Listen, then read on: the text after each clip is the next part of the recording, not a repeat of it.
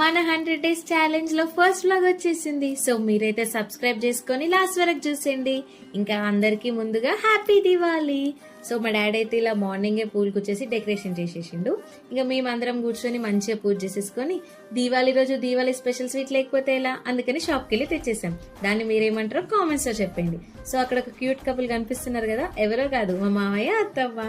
So వాళ్ళిద్దరు bullet మీద, మా చోట గ్యాంగ్ మొత్తం కార్లో, అందరం కలిసి క్రాకర్ షాపింగ్కి వెళ్ళిపోయినాం.